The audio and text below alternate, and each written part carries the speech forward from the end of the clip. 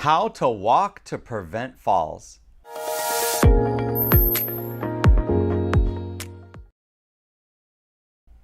Hi, my name is Doug. I've been a physical therapist for 30 years and I specialize in helping people learn to walk again. In this video, I'm going to show you the 3 most common walking mistakes and how to fix them. The third biggest mistake is bad turns. The number one reason that people fall is because when they turn, they cross their legs. There was a study done in Great Britain where they looked at videos in nursing homes. And what they found was that when they looked at all the falls that the video recorders showed, that most of the falls, like 80% of the falls, the person crossed one leg over the other and then fell.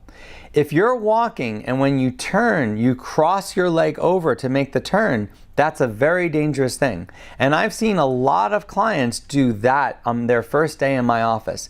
So that's something that I work with every client, is teaching them to turn basically with their legs apart. So your feet should never cross when you turn. So if you turn to your left leg starts the turn and is what's lifting off the ground when you make the turn. Your right foot should not cross over your left to turn to the left. You should never cross your other foot over to make a turn because it's highly likely that you'll fall if you do that. And if you practice turning correctly, then a lot of times that will become your habit. So whenever you turn to the right or left, you want to take a wide turn. You want to have your feet apart because that's a way to guarantee that you won't fall. Walking with a slight bend in the knee. Whenever you walk, whenever you step forward and put weight on one leg, your knee should not be hyperextended. Some people call this stiff leg walking, and you commonly see it with people that are fearful of falls or who are afraid of putting all of their weight on one leg. Normally when you walk and your heel hits the ground, your knee needs to be between a 5 and 15 degree bend. Whenever you take a step forward and your heel hits the ground, your knee should be at a 5 to 15 degree bend. This is considered a normal walking posture. The reason for the bend is that you want to be able to quickly react if the ground is uneven or if you're surprised by something in front of you. If your knee is slightly bent, it's a lot easier to shift your weight to the other leg and adjust your walking. If your knee is straight or hyperextended, you must first unlock your knee in order to adjust, but also you're putting a lot more pressure on your joint and especially your meniscus, which over time can lead to problems and even arthritis. Ideally, you should only walk with a slight bend in your knee. Tandem walking. Whenever you walk, your feet should fall one in front of another.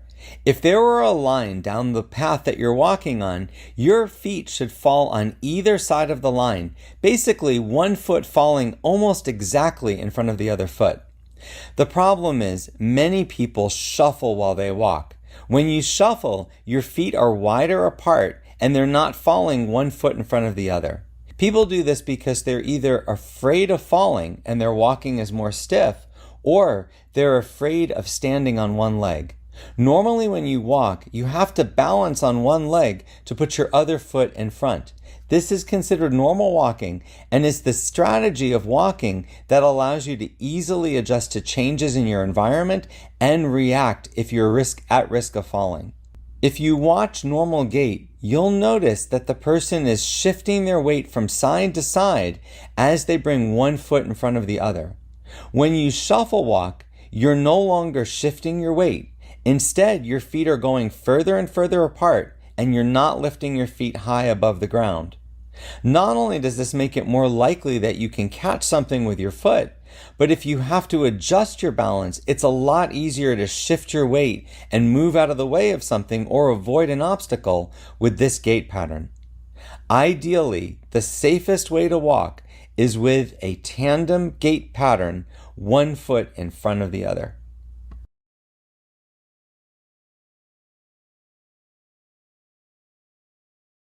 Turn training. To improve your ability to turn left and right, there are 2 ways to go. The first is on level ground. You want to be near something sturdy like a countertop, and all you do is practice turning to the right and left. When you turn to the right, you want to lead with your right foot. You want to practice never crossing over. I suggest starting with a quarter turn to the right and then a quarter turn back to the left. When you feel you can do this without holding on, you can progress to a half turn. A half turn is just what it sounds like, a 180-degree turn. A lot of people find that their hips are very stiff, especially the muscles on the inside of your leg. If you find that you can't do this, then just stick with the quarter turn. But practicing the quarter turn over and over again, I suggest for at least 5 minutes a day, will greatly improve your ability to turn, and it'll prevent falls because it'll train you to turn in the correct way. Now, if you feel that this is easy and you want to try something with a little more challenge, you can do what I call step training. To do step training, you'll need 2 steps. You can use these aerobic steps like I use, or even anything that you can stand on. You want to arrange them so that you can stand between the 2 steps. And then all you do is you practice turning to your left and stepping up, then stepping back down to the center, then turning to the right and stepping up, and then stepping back down to the center. What this exercise will do is promote a correct turn. It'll encourage you to turn the right way and to never cross. The idea is when you're out and about, you're going to use this method even if you're stressed, even if you have to make a quick turn, you're going to turn in the correct way. Heel to toe walking. To do this activity, you just need something sturdy to hold on to. You can use a countertop, the back of a chair. You can even use your kitchen sink. You want to walk heel to toe 2 to 3 steps in one direction, then grab onto that object, turn around, and walk 2 to 3 steps in the other direction. When you're walking heel to toe, you're actually putting one foot in front of the other with your heel touching your toe. Your goal for this exercise is to do this 3 times in each direction without holding on. In the beginning, you might have to hold on the entire time, or at least put one finger on the countertop the whole time. That's fine. People aren't automatically able to do this exercise. Most of my clients have to practice this for weeks, if not months, every single day before they get good enough to do it without holding on. Step up with knee bent.